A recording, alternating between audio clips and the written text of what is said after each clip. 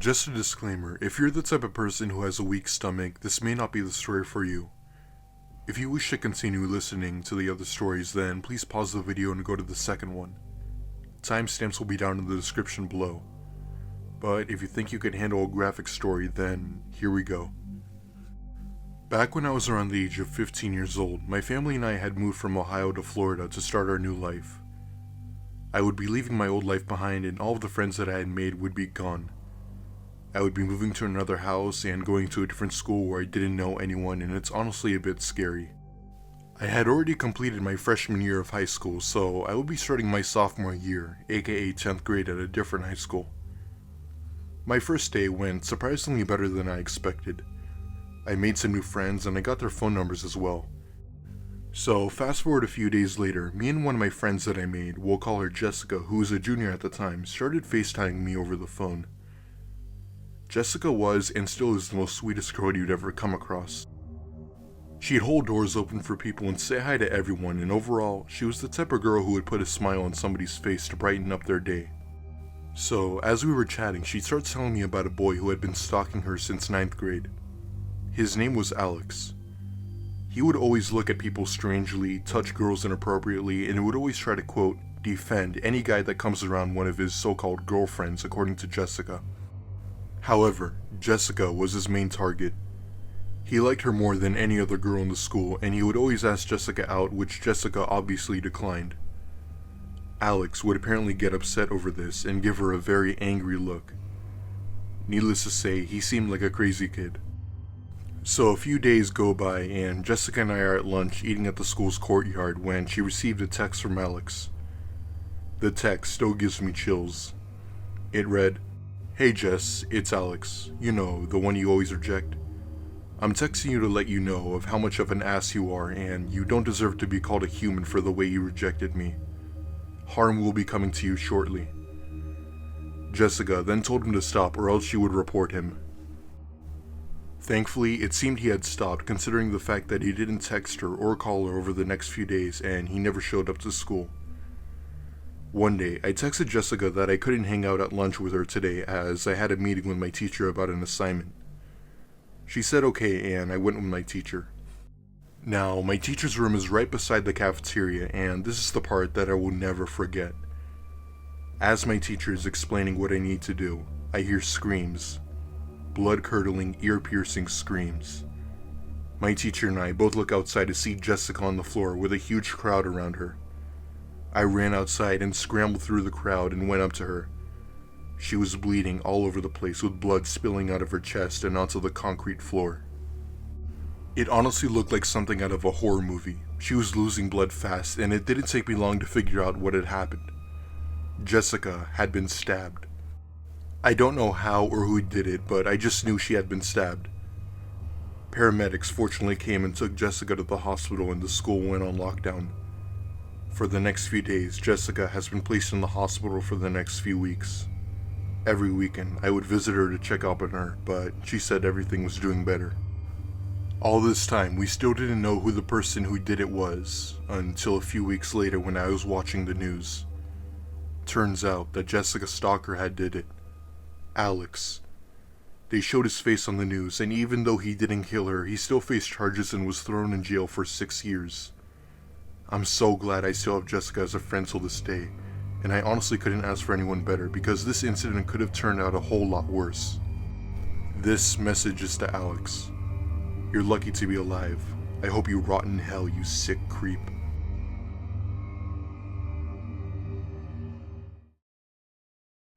In 2005, I worked as a janitor at a local high school full-time. I lived in a town that was very nice. The people were very polite and amazing, plus I had actually made some friends with a few of my fellow neighbors. I had just moved into this town, so I had to find a job. I tried Shaw's, which is basically a grocery store for those of you who don't know. I tried applying at gas stations, pharmacies, restaurants, and even a clothing store. However, nothing seemed to be working out. Then, a few weeks later, I got a job as a janitor at a high school. They didn't even give me to what was barely an interview, just some questions I was asked. Anyway, I got the job, but the only problem was that I was working the night shift, 6 p.m. to 11 p.m., and I am not a fan of night shifts. I would mop the hallways while listening to my music, and it seemed somewhat relaxing with nobody around. Anyway, fast forward a few weeks later, I'm doing the night shift and doing my usual routine of mopping when I hear what sounds like a door closing shut from the other end of the hall. I figured that it might have been my music, so I continued, but I then got chills when I heard it a second time. I lock all of the classroom doors, so I was wondering as to how it could be possible that I would hear something like that. Now, I knew it was possible that someone was here, but keep in mind, there's only one other janitor that works the night shift, but he works in another building of the high school. Me, thinking that it might have been him, I called out his name, but there was no answer. I then decided to be the brave man and walked down the hall where I heard the noise. As I'm checking the locks and all the doors, I look behind me and I see an outline of a person walk into the bathroom and turn on the light. It was now confirmed that there was indeed someone here. I walked over to the bathroom and opened the door. The thing was that the light was now off and I couldn't turn them on when I flipped the switch. However, once I was fully in the bathroom, I heard what sounded like the laughter of a child from one of the stalls. I froze and stood there in horror and ran out of the building screaming like a maniac. I called the police and radioed the other janitor, and they all came and police didn't find anybody in the bathroom. Both officers didn't even seem to buy my story given as to how scared I was. Needless to say, I left my shift early and quit my job the next day. No more night shifts for me. I haven't told anyone about this yet, fearing that people would think I'm crazy, but I am most certainly not. I know exactly what I heard that night.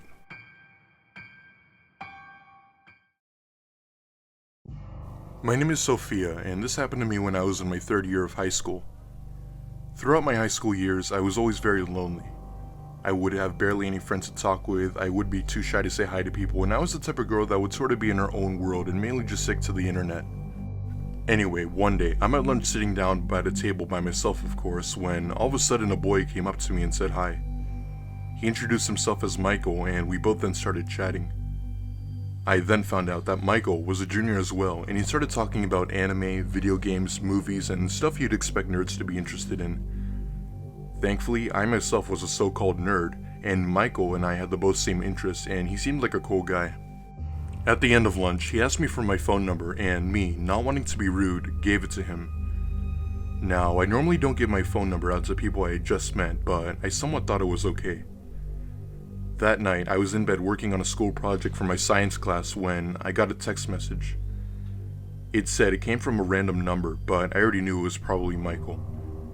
Sure enough, I opened the text and it read, "Hi Sophia, this is Michael, we met at lunch today." Keep in mind that I am not, nor have I ever been a texting person, and whenever I would text somebody back, it would always be in very short text. I texted him back saying, "Hi." He then texted back asking me as to why I gave him such a dry response. I told him that I wasn't really a texty person, so he then called me. I picked up and we had a full-on conversation about our interests and stuff like that for about an hour before I said that I would see him tomorrow and that I was going to bed. Weeks went by and we'd be talking and talking. However, he then started becoming weird not only over the phone but in person as well.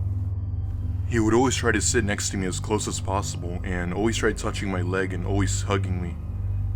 It was weird as hell, but I didn't have it in me to tell him to stop, fearing that he would get mad. One day, Michael texted me asking if I wanted sex, and at that point, he crossed the line. The next day at school, I sat somewhere where I knew he couldn't find me, which was on the other side of the school for any of those who are curious. Anyway, as days passed, I figured that Michael gave up trying to look for me, so I went back to sitting in my usual spot. However, even when I was in my spot, he never showed up to talk to me, and I would almost always see him around, so I was suspicious. One night, I was on my phone finishing up that science project when I got a text from him. The thing is that it wasn't a text, it was a photo. I was shocked to see the photo he had sent. It was a picture of me on my bed. I soon then realized that his photo had been taken when I was doing my project, which was now. I then soon realized what was happening. I slowly looked to my bedroom window to see Michael looking in. I screamed and rushed to my parents' room and woke them up, but Michael was already gone by then and police never came up with anything. If anyone out there is listening to this and feel that a creep is somewhat beginning to stalk you, I strongly urge you to stay away from them, because you don't know if you're next.